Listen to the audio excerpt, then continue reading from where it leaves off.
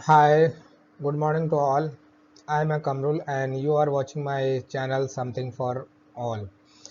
Thank you for your love and appreciation, and now I am coming with a new video with a new topic, future perfect tense.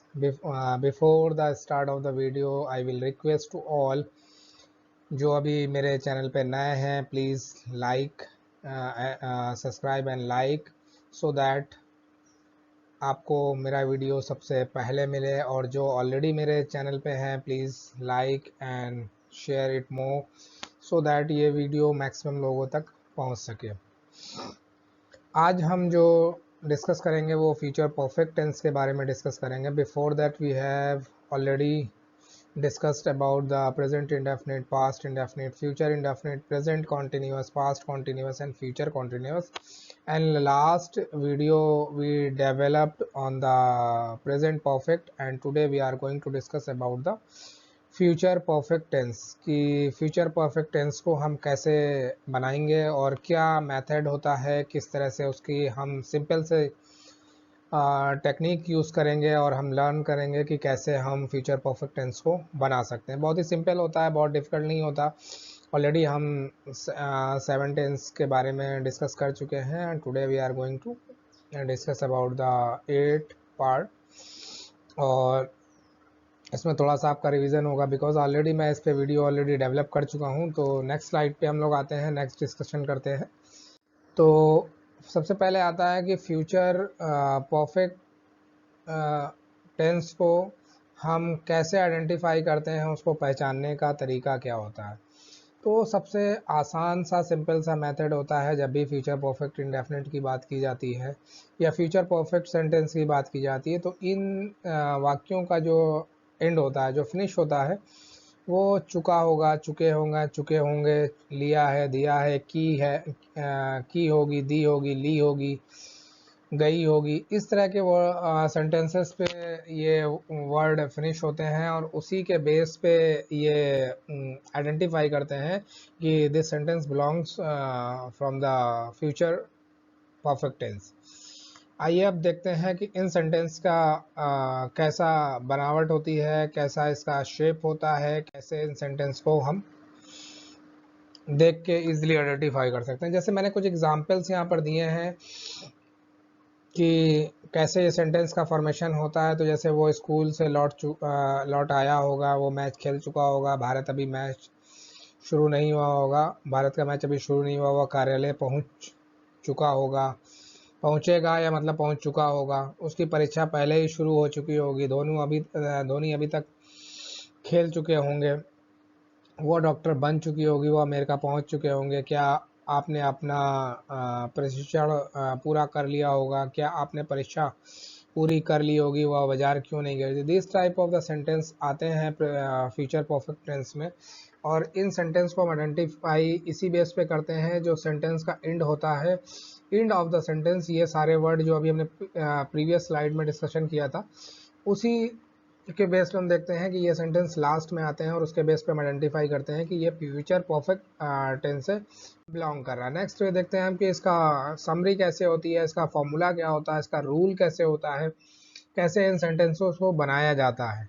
तो इस तरह के sentences को जो बनाने का रूल है, आपने अगर शुरू से टेंसेस का याद होगा, तो जो बनाने का रूल है ऑलमोस्ट सेम है, बस यहाँ हर एक सेंटेंस में जो हम चेंजेस देख रहे हैं वो चेंजेस हो रही है कि हम किस तरह से सेंटेंस का फॉर्मेशन चेंज कर रहे हैं सो दैट सेंटेंस की मीनिंग चेंज हो रही है।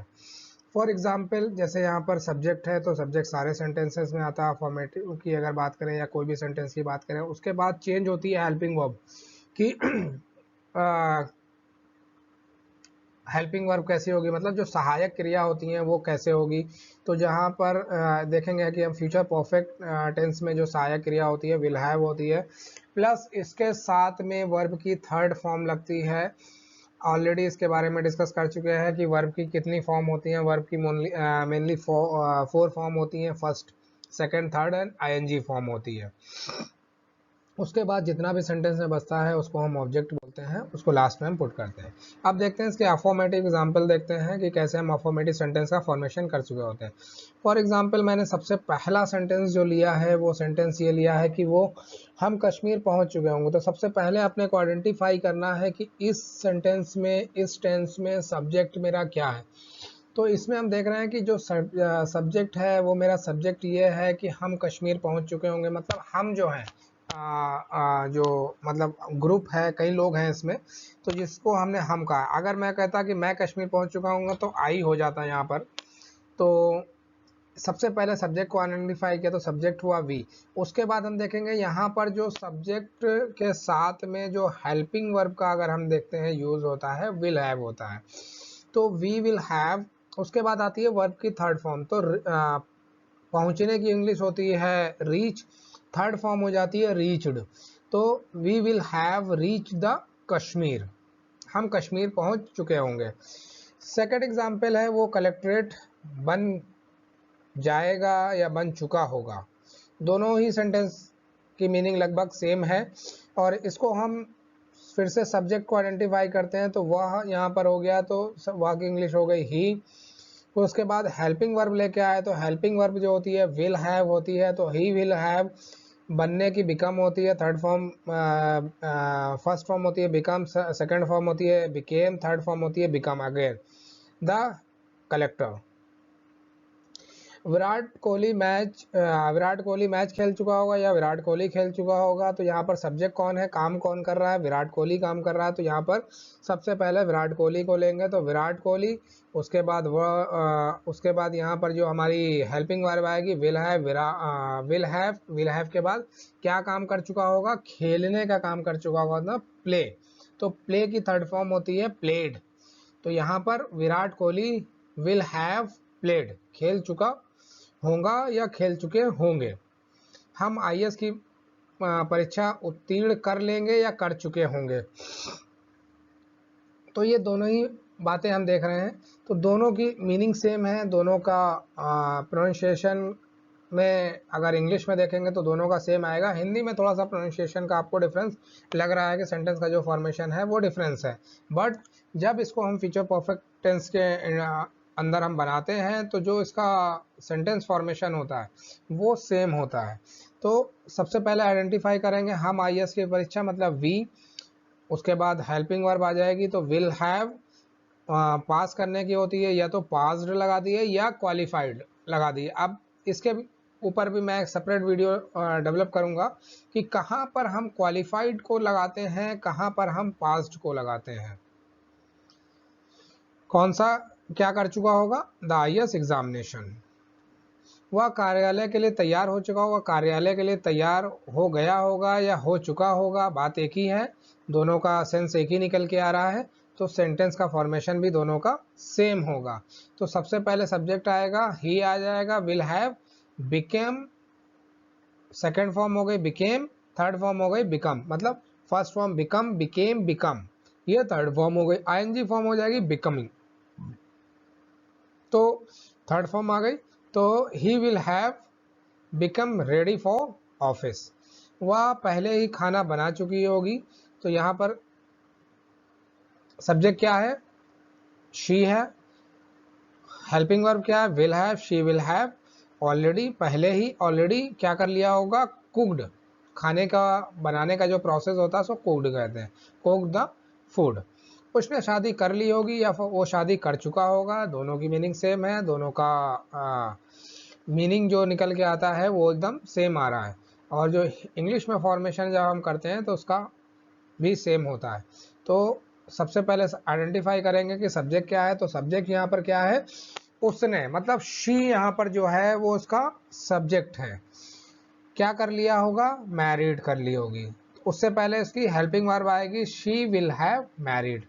तो इसमें हमने देखा कि अफर्मेटिव का सेंटेंस कैसे बनाते हैं, अफर्मेटिव सेंटेंस का फॉर्मेशन किस तरह से हम करते हैं। अब हम देखेंगे इसका नेगेटिव सेंटेंस को कैसे बनाते हैं, क्या तरीका होता है नेगेटिव सेंटेंस का। तो पूरा का पूरा अफर्मेटिव सेंटेंस जैसे हमने फॉर्मेशन किया उसी तरह से सेम हमारा नेगेटिव सेंटेंस का भी बनाने का तरीका होता है। बस दोनों में फ़र्क ये हो जाता है कि जैसे यहाँ पर मैंने फार्मूले में एक मिस्टेक की है, और वो मिस्टेक मैंने आप लोग के लिए जानबूझ के की है कि जब भी किसी में नेगेटिव होता है तो हमेशा हेल्पिंग वर्ब के बीच में हमारा नॉट का यूज होता है। मीनिंग जैसे यहाँ पर लिखा है विल हैव नॉट, जबकि एक्चुअल में ये होना चाहिए था विल नॉट हैव। मतलब जो नॉट का यूज होगा वो विल और हैव के बीच में होगा। सही तरीका जो है इस हमारी ग्रामर में जो हम यूज करते हैं कि विल के बाद जस्ट हम नॉट का यूज करते हैं, फिर हम हैव लगाते हैं। जैसे मैंने जब सेंटेंस का फॉर्मेशन किया तो आप देखेंगे सेंटेंस का फॉर्मेशन सब में सही है, बट जो मैंने रूल लिखा वो थोड़ा सा गलत लिखा, क्योंकि मैंने आपको पूरा एक बार में दिखा दिया स्लाइड, इसलिए आपको आइडिया हो गया कि ये मिस्टेक मैंने वहां पर की थी। तो रूल हो गया subject will not plus have plus verb की थर्ड फॉर्म प्लस ऑब्जेक्ट। तो एग्जाम्पल आता है कि हम सेमिनार में वह सेमिनार में शामिल नहीं किया होगा या वह सेमिनार में नहीं शामिल हो चुका होगा। तो सबसे पहले सब्जेक्ट को आइडेंटिफाई करेंगे, सब्जेक्ट क्या है वह है, फिर क्या है हेल्पिंग वर्ब है विल, फिर नकारात्मक शब्द है, फिर आएगा नॉट का यूज आएगा, तो नॉट आ गया हैव अटेंडेड द सेमिनार। फिर उसके बाद नेक्स्ट क्वेश्चन है आप इस समय कार्यालय नहीं पहुंचे होंगे, तो सब्जेक्ट क्या है यू है, यू के साथ will not have reach the office at this time, उसने अपना कार्य पूरा नहीं किया होगा।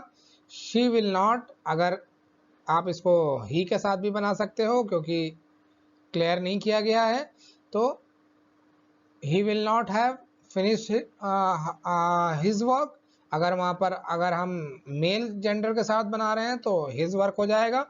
And when we are making, हम जब फीमेल जेंडर के साथ बनाते हैं तो she will not have finished his her work. इस तरह से हम बनाएंगे। हम इस समय तक फिल्म नहीं देख पाएंगे, we will not have watch the movie at this time. इस तरह से हम इसका नेगेटिव सेंटेंस का फॉर्मेशन करते हैं और ये देखेंगे कि किस तरह से नेगेटिव सेंटेंस को हमने बनाया। नेक्स्ट इसका आता है, अब आप बताइए नेक्स्ट क्या आएगा। इसके बाद नेक्स्ट जो पार्ट आता है इसका इंट्रोगेटिव पार्ट आता है। इंट्रोगेटिव पार्ट्स क्या होता है, इंट्रोगेटिव पार्ट्स वो पार्ट्स होते हैं जिसमें हम ये देखते हैं कि कोई भी हमसे क्वेश्चन किया जा रहा होगा जिसका आंसर हमें या तो यस नो में देना पड़ेगा या फिर हमको उसको क्वेश्चन के फॉर्म में ही उसका रिटर्न, उसका आंसर हमें देना पड़ेगा। देखते हैं इसके कैसे एग्जाम्पल होते हैं। इसका रूल है, जैसे यहां पर भी मैंने नॉट वाला यूज आप देखेंगे बाद में लगाया, बट एक्चुअल में वो नॉट हैव होना चाहिए। जैसे लास्ट प्रीवियस स्लाइड में मैंने नेगेटिव वाली स्लाइड में आपको दिखाया, सेम ऐसे ही इस स्लाइड में भी हम इस तरह के फॉर्मेशन को हम करते हैं। तो सेम उसी तरह से इन सेंटेंस का भी फॉर्मेशन होता है, और ये हम देखेंगे कि इंट्रोगेटिव सेंटेंस जो बनाए जाते हैं उसको भी हम इस तरह से बना सकते हैं। कैसे बनाएंगे, वो ऑफिस नहीं पहुंच चुका होगा, इंट्रोगेटिव हो गया। क्या वो ऑफिस पहुंच चुका होगा, क्या वो ऑफिस पहुंच चुका होगा। तो यहां पर हम देखेंगे क्या वो ऑफिस पहुंच चुका होगा, मतलब क्या की इंग्लिश हम पहले लगाएंगे, क्योंकि इंट्रोगेटिव सेंटेंस दो तरह के हमने पढ़े हैं। एक इंट्रोगेटिव सेंटेंस वो पढ़ा है उस इंट्रोगेटिव सेंटेंस में जिसमें हम ये देखते हैं कि क्वेश्चन वर्ड जो होता है स्टार्टिंग में आ रहा होता है, और एक क्वेश्चन वर्ड ऐसा होता है जिसको हम देखेंगे कि क्वेश्चन वर्ड हमारा जो है बीच में आ रहा है। मतलब जैसे ये मैंने बोला कि क्या वो खाना खा चुकी होगी, तो will she have eaten the food, एक तरीका ये हो जाएगा। दूसरा तरीका ये हो सकता है वह क्या खाना खा चुकी होगी, वो क्या खाना खा चुकी होगी, तो क्या what will she have eaten food, या वो खाना नहीं खा, क्या वो खाना क्या नहीं खा चुकी होगी, she will not. W word हमारा बीच में आ रहा है, तो सबसे पहले what will she not have eaten the food, इस तरह से हम इसका इंट्रोगेटिव सेंटेंस का फॉर्मेशन करेंगे और इस तरह से इंट्रोगेटिव सेंटेंस को हम देखेंगे। तो आज का डिस्कशन हमारा यहीं पर ख़त्म होता है कि फ्यूचर परफेक्ट टेंस को हम किस तरह से बनाते हैं। इसके बाद नेक्स्ट जो हम डिस्कशन करने वाले हैं वो डिस्कशन करने वाले हैं फ्यूचर के बाद आता है पास्ट परफेक्ट। अभी हमने डिस्कशन नहीं किया है, तो इसके बाद जो हम डिस्कशन करेंगे वो पास्ट परफेक्ट के बारे में सॉरी पास्ट परफेक्ट सेंटेंस के बारे में डिस्कशन करेंगे। तो इससे आप देख रहे होंगे कि हम डेली एक टॉपिक पर डिस्कशन करते हैं और आपका जो इम्प्रूवमेंट है, आपका जो कॉन्फिडेंस है, धीरे धीरे आपका इम्प्रूव हो रहा है। बिकॉज हम डेली जब वीडियो को देखते हैं या किसी लेक्चर को देखते हैं, तो अगर उसके अगेंस्ट में हम रिएक्ट करते हैं तो डेफिनेटली हम कुछ चीज़ें उसमें से परसीव करते हैं, कुछ चीज़ों को अपनी मेमोरी में हम सेव कर पाते हैं। Thank you for watching my video and हम नेक्स्ट वीडियो में फिर मिलेंगे विद नेक्स्ट टॉपिक के साथ with more excitement. And please like and subscribe to more my video. Thank you so much.